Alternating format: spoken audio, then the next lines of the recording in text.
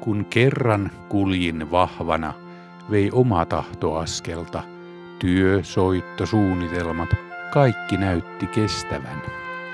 Sitten Jumala pysäytti. Sairaus kaiken katkaisi.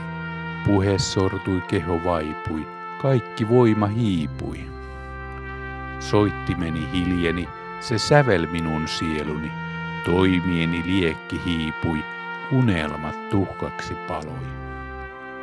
Vaan menetyksen keskellä uutta syntyi sisällä.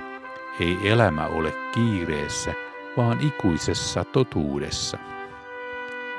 Hän, joka kaiken salli, näytti mulle, mitä jäi.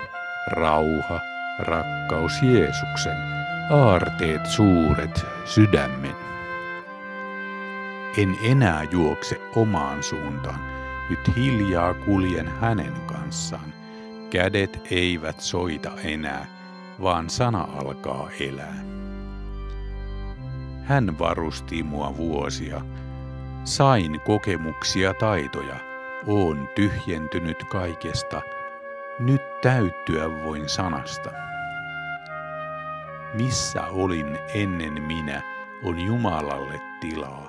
Hän ilon antaa, mua ohjaa kohti ristin valoa.